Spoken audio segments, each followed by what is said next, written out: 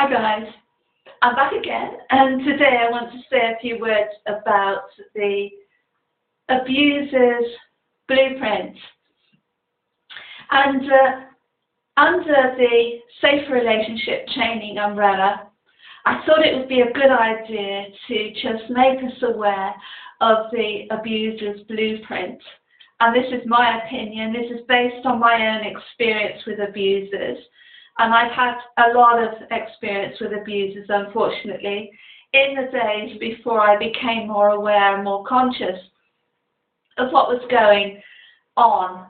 And so I want to relay some of this information to you so that I can help other people to stay aware and to stay safe.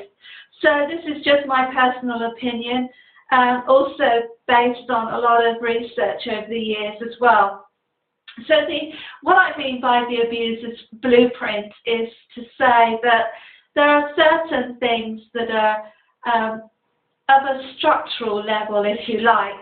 We're dealing with an abuser, and often when we're in that situation, I've been in that situation many times, as I say, in the days before I knew what was going on. When I started to become more conscious, however, I started to become aware of certain patterns that were occurring, and I needed to know how those patterns were sort of set up. And interestingly enough, for my own benefit, I needed to know why certain patterns were set up and why they were having the effects that they were on me and in other people's lives as well. And I also noticed that in the lives of other people, when they weren't aware of what was going on, that the abuser seemed to get away with an awful lot more, of course, because he was, or she, are then given a free rein, if you like, because the victim isn't aware of anything, the victim possibly is unconscious, and just going along with the relationship as it is. And the blueprint that I speak about really is about a set or a formula of different behaviours that are used in order to A, keep the victim in place, and B, to maintain the upper hand, maintain the superior position, maintain their own agenda, and to maintain the matrix so that it's kept firmly in place, and that the victim doesn't step out of the box and break through the structure through their own awareness. And some of these behaviours are put in place quite early on. Often what will happen is that a potential abuser has been able to use these abusive dynamics in the past. So they've been able to use this stuff a lot. They've practiced. They've become very good at it. They've become very convincing. They know what to do, when to do. They tend to be very clued in spiritually to the victim so that they're able to manipulate and control should the victim come in alignment. And that's key to remember. If someone doesn't come in alignment with the abuser's agenda, then the abuser is unlikely to be able to do anything further because they've halted the progress of the structure. They've halted the building of the structure, if you like. And if that happens anywhere along the line, of course the abuser is going to potentially get rid of the victim, or they may up the ante and increase the abuse, may threaten abandonment. Abandonment threats are used quite a lot, of course. That's to draw the person back in line, get them back in the game. So there are a number of tools that are used, and if we could become aware of these tools, it's actually very, very easy to identify someone who's a bit shady, someone who's trying to introduce various behaviours along the line, potentially from the first date or first meeting, because of course an abuser could be in the workplace or in the family or in your social circle in some form, can be in an organisation.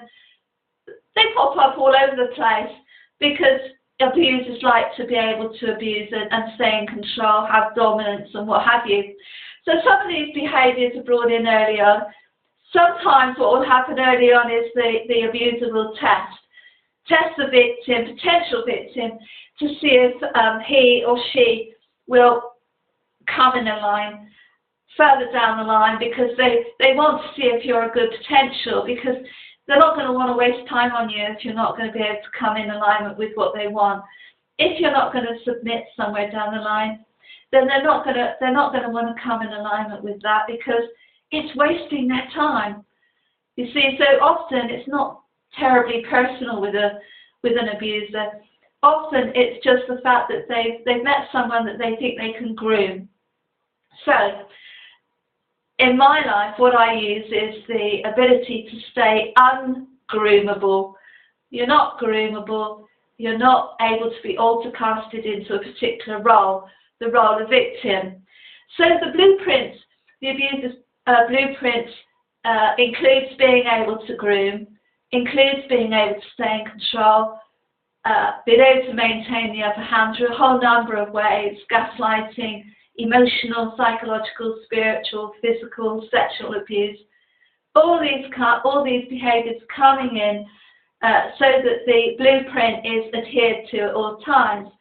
Should the victim step out of the blueprint, they bring them in through various behaviours: threatening to leave, threatening to cheat, threatening with physical violence, intimidation, to bring the victim under suppression again.